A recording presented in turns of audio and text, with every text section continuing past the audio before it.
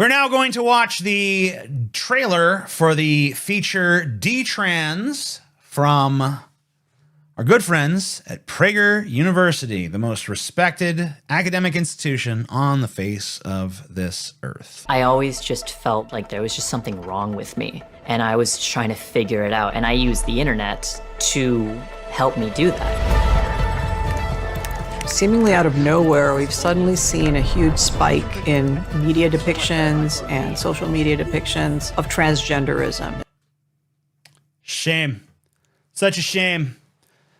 These people literally believe, based on like an internet search, like young people, like teenagers and young people who just like do a Google search for transgender and just go like, yeah, I think I'll give that a shot. That doesn't seem like some sort of very intense lifelong commitment, you know, or anything like that. I'll just casually jump aboard that bandwagon with the greatest of ease, right? In the process, I will alienate my family. I'll threaten every friendship that I have. I will give up the feeling of like safety when I go into public. I'll do all of that on a fucking lark, man, because it looked good in a goddamn Google search, and I like that trans person I saw in that YouTube video. So therefore, I will just throw a monkey wrench into the gears of my life and become trans. It's even reached the mainstream advertising world. The people who are consuming this are children, 13, 14, 15 years old, and it's so easy for them to literally be groomed. I just woke up one day, looked at myself in the mirror, and asked myself, what the heck am I doing? When trans-identified kids are the roving fucking squads of people out there just like, we need to get as many kids trans as we possibly goddamn can, you guys. Evil overlord? Evil overlord. Yes, you in the back. Why? You're the forces of evil. Your plan is make everybody trans. What's the motive?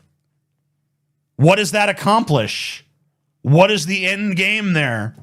Never really hear that articulated, do we? Just like nebulous stuff about like, you know, moral confusion, predatory, vague. Like we never get to hear like, what's the actual plan here? Like if the Illuminati or whoever's doing it, like what's the scheme? The whole world goes trans. Now what? Like, huh? referred to specialized gender clinics, they're often told that they're going to get comprehensive, multidisciplinary mental health assessments. We know that that's not true. I know so many fucking trans people. This idea that you can just like cavalierly make this decision and the medical establishment is just like rolls out the red carpet and says, come right through. We don't care. We won't ask any questions. You just do whatever you want. That's totally like a bogus assessment of how being trans works. Now, not all trans people go through the medical system, of course. Some trans people transition without medical intervention whatsoever. And obviously, they're free to do what they want because that's freedom of expression, freedom of speech, whatever. For those who go through the medical system, they're going to be asked questions. They're going to be evaluated by psychiatric professionals. It's not just going to be like, okay, here you go. Here's your fucking big 60-gallon drum of estrogen. Go ahead. Have yourself an estrogen smoothie every morning until you grow tits. Childhood was ruined. Who's there for their detransitioning? Nobody. Nobody would help me because they had more concerns of me reversing everything. Did this thing to alleviate this gender dysphoria that wasn't there before, but you made it into a problem, and now your body image issues are worse. That's not supposed to happen. The untold story of the detransitioner. Okay. I want to make it clear. Make it 100% fucking clear. Are there people who have gender dysphoria and they decide, I am going to transition to deal with my gender dysphoria, and then they do it, and then they're like, nope, this either didn't work or I regret this in some way, and now I would like to transition back. Do those people exist? Fucking absolutely. Sure. 100%. No denying that they exist. Most of them don't decide that because transitioning didn't work for them, that they now want to turn on the entire trans community, trans movement, whatever. Most of them don't do that. Most people who detransition remain pro-trans, trans allies, etc. So let's talk about the extent to which this detransitioning stuff even happens. Okay? So let me give you some statistics, okay?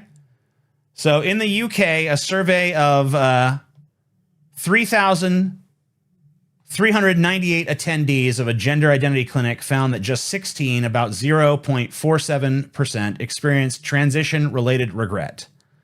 Of these, even fewer went on to actually detransition and become detransitioners. In the US, a survey of nearly 28,000 people found that 8% of respondents reported some kind of detransition.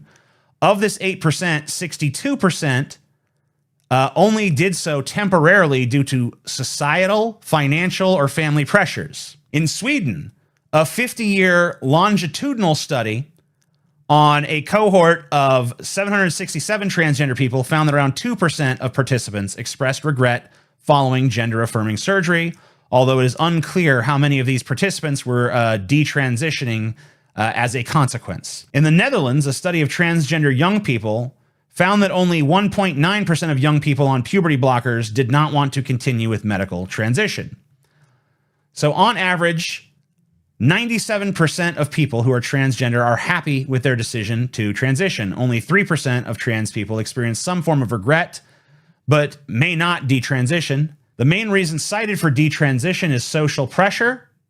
In other words, not because they really want to detransition, but just because they can't handle the backlash of transitioning. They can't handle the way people look at them, the way they don't feel safe in public, the way their friends and family now treat them. And so that is the reason why they start to detransition, because maybe it makes their gender dysphoria feel better, but it makes their life worse in pretty much every other way, not because of something they've done, but because of something other people have done to them. Recent research by Dr. Jack Turbin has found that around 90% of people who return to their birth gender in the US don't do so because of regret or dissatisfaction, but because of pressure from family, school, work, or society in general. The National Center for Transgender Equality found that the most common reasons for detransitioning were a lack of support at home, problems in the workplace, harassment, or discrimination. Anyway, so here's some detransition statistics.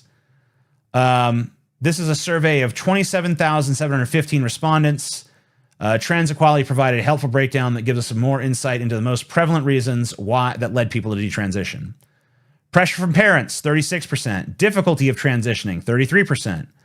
Harassment and discrimination, 31%. Employment issues, 29%. Family pressure, 26%. Relationship pressure, 18%. Peer pressure, 17%. Pressure from a mental health professional, 5%. Pressure from religious counselors, 5%. Gender transition was not right for them, 5%. Transition didn't reflect the complexity of their gender identity, 4%. Financial reasons, 3%. Medical reasons, 2%. So, in light of those statistics, in light of the true story of what detransitioning is and why people do it,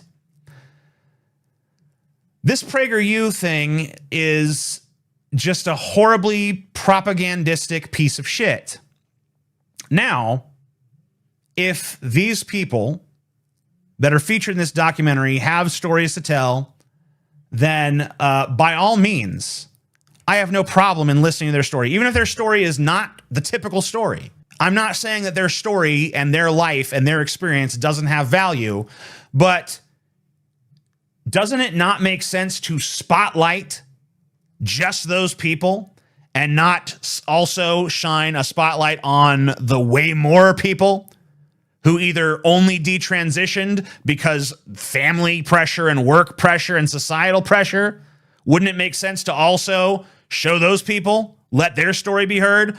Or, I don't know, maybe also spotlight the story of the 97% of trans people who have fucking zero regrets in transitioning, despite the fact that it's socially deleterious, despite the fact that their family probably, in many instances, has turned on them to some extent, that they've probably lost friends, they've probably lost out on opportunities because of it. Even in light of all that, they still stand by their decision to transition. Shouldn't that 97% also, I don't know, get something of a fucking spotlight? Just as a little bit of maybe counterbalance. So that's why stuff like this trailer and this film, the film that it is a trailer for, are just so glaringly, miserably, desperately, sickeningly dishonest.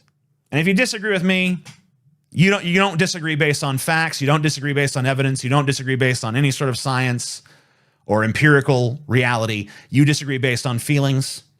And facts don't care about your feelings, bitch.